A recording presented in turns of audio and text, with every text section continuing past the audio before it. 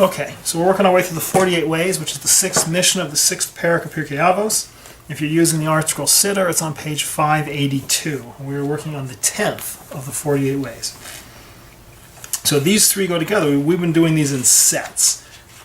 So these three that go together are B'shimush Chachamim, serve wise men, serve scholars,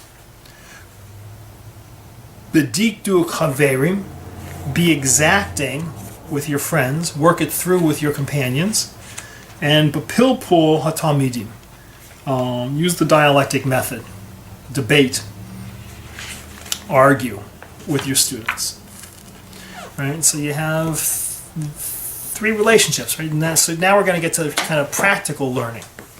Right? We've talked about kind of attitudes towards how you look at the world. Now these three things, if you're going to learn, you're learning with one of three people.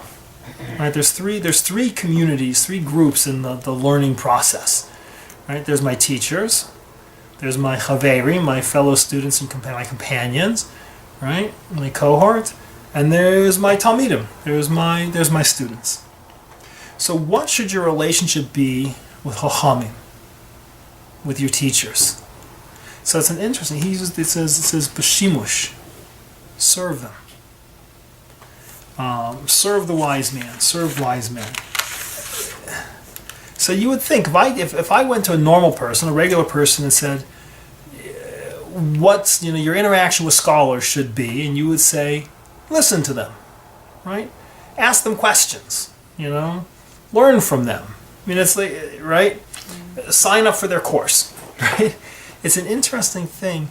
Who was the successor to Moshe Rabbeinu? Yeshua ben Nun, Joshua, right? So what was unique about Joshua? Joshua wasn't the only scholar, wasn't there? There's the elders, there's plenty of other guys. When you go down and you look at the list of who are the Talmidei Chachamim and who are the leaders of the Jewish people, right? There's plenty of guys that come on the list before him. Plenty of princes, plenty. What did Joshua do that was unique? He served Moshe Rabbeinu. He was the guy who picked up the books in the Beis Midrash. He was the guy who cleaned up. He was the guy who took care of everything. But he was the guy who took care of the personal needs and the personal life of Moshe. He's the one who followed him around and helped him. Did whatever he needed, he was there to be part of his life and to emulate him. So the pieces that come from this is one, shimush implies an appreciation. It's not a slave. There's a distinction that the shamish, right? There's the person he's serving his teacher because he loves his teacher and he appreciates his teacher. He sees wisdom and wants to be close to him and wants to give to him and wants to follow him and wants to help him. It says it's very, very difficult in some ways to acknowledge that there are people who know more than you. That there are people, we live in an anti-hierarchical society. We live in such an egalitarian society. We don't necessarily want to recognize that there's someone who is above us, who's bigger than us, who's smarter than us, who's wiser than us. So he gives us the advice. He says, you have to learn to recognize that there is such a thing as a chacham, and you have to appreciate the chacham, and you have to do something about it. And the thing that he recommends, the way to have a mentor, to have a rebbe, to have a teacher, to have a role model, is use him as a clear goal of what you want out of your life, right? Be part of his life and follow him and help him and assist him and see how he lives. It's not just about asking him the shaila or asking him this word, what does this mean, or what's this idea or that idea. That if you look at a teacher and you see that teacher doesn't walk the walk, and his life, the life that he lives, isn't the life that he teaches, then he's not the guy that you want, right, to teach you. Shop around, keep looking till you find, a person that you can test and ask them questions and push on them and lean on them, and watch them in their lives. Right? And if you see it, and as you start to taste that they have wisdom and they have chachma, they can give you guidance, then he says, then you help them, you serve them, you put yourself in a position that you're receptive to them, right? By making yourself secondary to them. and by making it concrete in your assistance to them. Right? We talked about before, your relationship with God, with yourself, with people. And the key to your relationship with people, we said, was gemilut chasadim. Right? Was the bestowal of loving kindness. It didn't say feel loving kindness. It says bestow. Right? Do it. Act on it. Right? That's why he uses the word shimush, is that you have to actually do this. Right? I respect my Rav. I appreciate my Rav. So he says act on it. Do something physical and tangible. Serve him. That's his recommendation. How do you deal with those above you? Colleagues. Right? So the next one is number 11 is bedikduk haveri. Right? Is dikduk, right? It's the Hebrew word for grammar is dikduk. Right? It means to be exact. Right? Clarify things. Work it out. Right? What do I want from a learning point of view, what do I want out of a companion?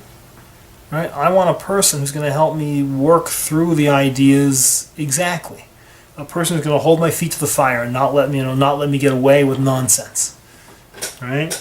That you're intellectually honest. Right? That you're emotionally honest. Right? That's why he talks about, to a certain extent, you watch people learn in a base midrash, and it's like gladiators. Right? You're fighting over an idea. If I think the idea is one way and you think the idea is the other way, right? We saw with the machlokas of Chilul and Shammai. Right? And that it was l'shem shemayim. And you ask, why didn't anyone give in? It's like, I didn't give in because I was sure it was true. Right? I can't, truth is truth. Right? I recognize that you also hold it's true. And you resign. You have to have a recognition that what you want is reality. And the way you're going to get to reality is anything that I learn, I'm going to discuss with you. You're my friend. And I'm going to lay it out. If I have an idea, if I have a concept, I'm going to lay it out to you. And you're going to push me on it. And you're going to dissect it. And you're going to make sure that I'm not wandering through life alone. Confused and dazed because no one's willing to slap me and say, boss, the idea is crazy. Dikduk is an exactitude, a clarifying exactitude. That what you're looking for in a friend and a haver is not just someone who's going to go to a sports bar with you. You're not looking for someone who has the same interests as you. You're not looking for someone who's fun to talk to. You're not looking for a drinking buddy. A haver is a person who, when he hears that you have an idea, he will work it through with you and discuss it with you and help you clarify it. It's a person that you can trust to guide you to truth by not letting you get away with nonsense. So the first thing is I want a teacher. And my teacher I'm going to appreciate and I'm going to emulate. Right? My chaver, my companion, you're going to grind through ideas with me. Right? You're going to make me be exact. Nothing wishy-washy. Now I'm going to teach it. And the third one, 12, is bepilpul hatalmidim. So pilpul is debate. Pilpul is questions.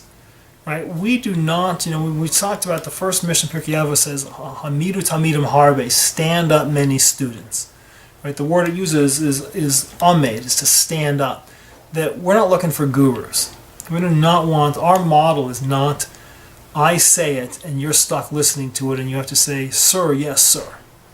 Right? When we say we want you to stand up students, it's you're trying to get those students independent. And the way a student gets independent is he's happy to challenge you. Right? He's happy to argue with you. That's the job of a student is teacher teaches, student argues. And not just, silly, crazy, competitive argument just for the sake of arguing. Let's work through the truth, right? Work through the truth of the idea. The implication is you have to have Talmidim. So I don't have any Talmidim. I don't have anyone to teach. So Noah says, teach. Teach. If you know something, teach it. Find somebody who doesn't know it. Right? You know something that's brilliant. You know something that's useful. Find someone else who can use it and teach it to them. Right? It's, when I started teaching this way before I knew it. That's how I learned it.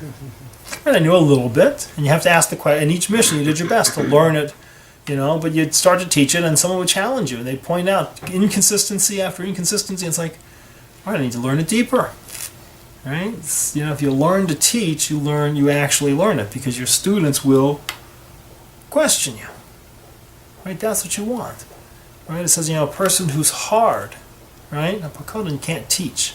If you terrorize your students that they're afraid to challenge you, afraid to ask you questions, then it says you're not considered a teacher. That's why a bashful for a person says can't learn. If you're afraid to ask a question, then everything floats over your head. It says our model of learning is pilpul. Is I teach. That's why everything important in Torah is taught orally. It's not taught I hand you a book and you go read it and come back hoping you understand it. It's that my job is to teach it, and then your job is to question it until we work through and see the reality. Right? So there's three fundamental relationships that you have as a student. One that's up, one that's equal, and one that's down. Your relationship to the person who's up, your responsibility is appreciate him, be close to him, and serve him. Your responsibility to your chaverim and your chaverim to you is b'dikduk, is to be exacting. Figure out and clarify exactly what it is that you mean. What do you believe? What are you actually saying? Let's get it clear. Maybe right, maybe wrong, but at least let's get it clear. And then third, talmidim, is teach it. Give it over, but give it over with pilpul. Let them challenge you. Be open to the fight. Right? It's the fight and the discussion and the argument. Right? It's them challenging, saying, what is this really that compels you to really get a handle on it?